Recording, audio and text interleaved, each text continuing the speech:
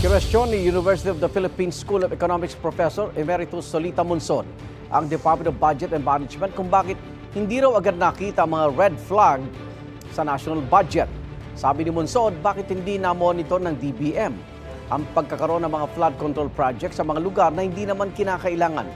Sinabi ni Monzon sa DBM Fiscal Policy Conference sa UP College of Law. Pinuna rin niya ang pagtaas ng unprogrammed appropriation sa budget. Ayon naman kay DBM Undersecretary Margo Salcedo, may mga hakbang silang sinusulong para malimitahan ang pagkaroon ng unprogrammed funds sa national budget. Where was the DBM in all this? Did they not see that all of a sudden flood control projects were the favorite of all the congressmen?